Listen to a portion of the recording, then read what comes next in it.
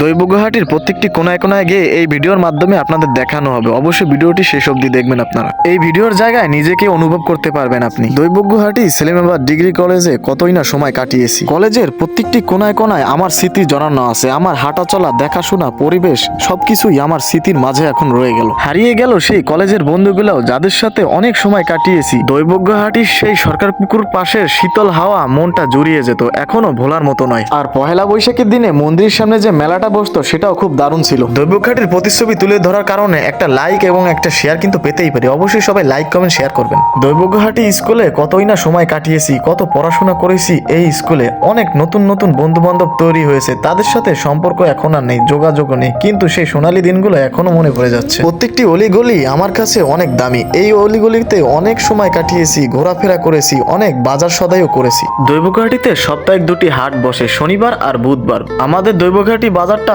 অনেক বড়, আপনারা দেখতে পাচ্ছেন দৈবগুহাটি বাজারে কত বড়, আপনাদের দেখাবো এবং দেখে দেখে সেই পুরনো স্মৃতিগুলো আপনাদের মাঝে তুলে ধরবো। দৈবগুহাটি বাজার নিয়ে অনেকের স্মৃতি এবং অনেক সময় কাটানো হয়েছে, সেটা এই ভিডিওর মাধ্যমে প্রতিশ্রুতি হিসেবে তুলে ধরা হলো।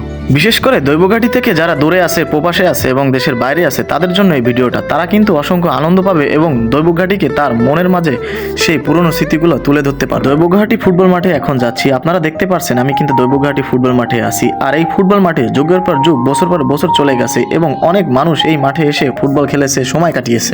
দৈবগুহাটি ফুটবল মাঠে কে কে খেলেছেন অবশ্যই কিন্তু কমেন্টে জানাবেন আপনারা। আমাদের দৈবগুহাটির কিন্তু দুটো গলি রয়েছে, আপনারা কিন্তু জানেন। এদিকে পিছনে যে গলিটা রয়েছে সেটা হচ্ছে মুরগির হাট খোলা, সেখান থেকে আমরা রওনা হচ্ছি সামনের দিকে। এখানে কিন্তু হাটের দিন কিরা জাল পাওয়া যায় এবং বিভিন্ন মাছ ধরার যে জালগুলো রয়েছে সেগুলো পাওয়া যায়। আর আমরা চলে আসছি দৈবগুহাটি সরকারি হাসপাতালের সামনে। আমরা এখন হাসপাতালের ভিতরে ঢুকবো। আপনারা দেখতে পাচ্ছেন হাসপাতালটা কিন্তু সেই আগের মতোই আছে এবং পরিবেশটাও খুবই দারুণ, মনোমুগ্ধকর।